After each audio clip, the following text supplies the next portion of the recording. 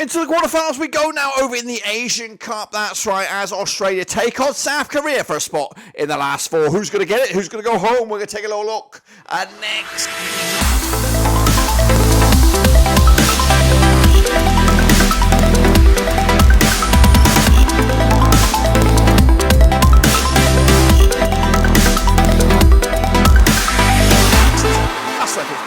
Preview video today. We look forward to Australia, the Socceroos up against South Korea. That's right, coming at you very, very soon. Until then, make sure you subscribe, smash the old likey, and of course, get involved in the comments down below as we look forward to probably one of the tasty, if not the tastiest game of those last four matches in the quarterfinals. Who will go through? We'll take a look at it in a second. A big shout out to my VIPs. They are the patrons. You know who you are. But again, let's get into it, of course, and preview the game as we look forward to this one. That's right. It is South Africa. No, it's not South. It's Australia. It's Australia against South Korea. That's right. Coming at you over at the Al Janoub Stadium. That's right. On the 2nd of the 2nd, 2024 in Qatar. Let's remind ourselves how we got to the stage with the Socceroos, who qualified as second round Group B winners on the 11th of June, 2021. So their fifth tour of finals. 2019 was the last they did. Win it back in 2015. And guess what? They could go the distance. I really think they could go the distance.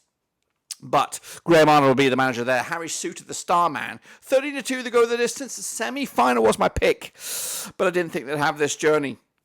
Heck no, of course, it's a bit of a obstacle in the way of South Korea. They qualify as Group B winners. Yet to taste defeat, which is great. Just one goal conceded so far in the tournament, and that, of course, was against Uzbekistan. They did kick it all off with a 2-0 win over India on day one, match one. Then, of course, a 1-0 win over Syria. Pretty much guaranteed their spot then in that last 16. And then duked out to a tough draw against Uzbekistan, who ain't no slouches, guys.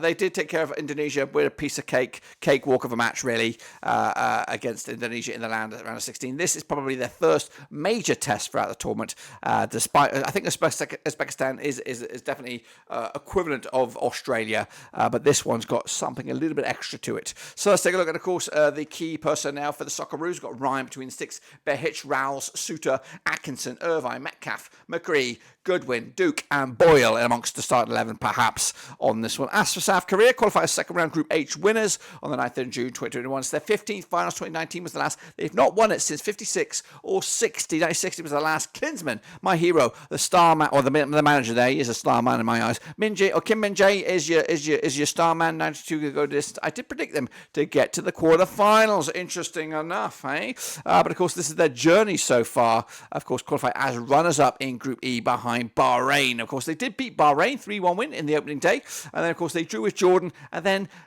interestingly enough, they drew with a Malaysian side who've been pretty dog shit throughout the tournament, so maybe some question marks raised about that performance. They then followed it up with a 1-1 draw against Saudi Arabia, and of course squeaked through on penalties in the last 16. That was that's a telling match. Good quality, a good test of character in that one, and of course sets himself with a bit of a banger against the Socceroos. But the elephant in the room here, 3 draws on the spin. Of course, we'll elaborate on those numbers in a second. Let's take a look at the squad then. We've got Kim Sung-yul between the sticks. We've got Lee Ki-jae, we've got Kim Min-jae, we've got Jung Sung-hyung, we've got Kim Tae-hwan, we've got Park Yu-woo, we've got Hwang In-bom, we've got Hwang Hee-chan, Lee Kang-gin, Sung Young-min, and Cho Gi-sung amongst the guys competing to start this match. Now, these two sides played 8 times in 2009. We've got 2 wins for Australia, 3 for Korea, 3 draws. Of course, the biggest win for the Socceroos, 2-1 wins, scoring 7 goals in those 8 games, 0.88 goals a game. As for Korea, a 3-1 win, the biggest, scoring 9 goals in 8 games, 1.13 goals a game. 83% form for Korea at the moment, unbeaten in the last 12 matches, looking red hot to trot. Meanwhile, the Socceroos, 92% form for them right now, unbeaten in the last 8, of course, winning 5 of the last 6 heading into this one. But, of course, these two sides did lock horns back in June 2019. It was a 1-0 win for South Korea. Of course, that was in a friendly.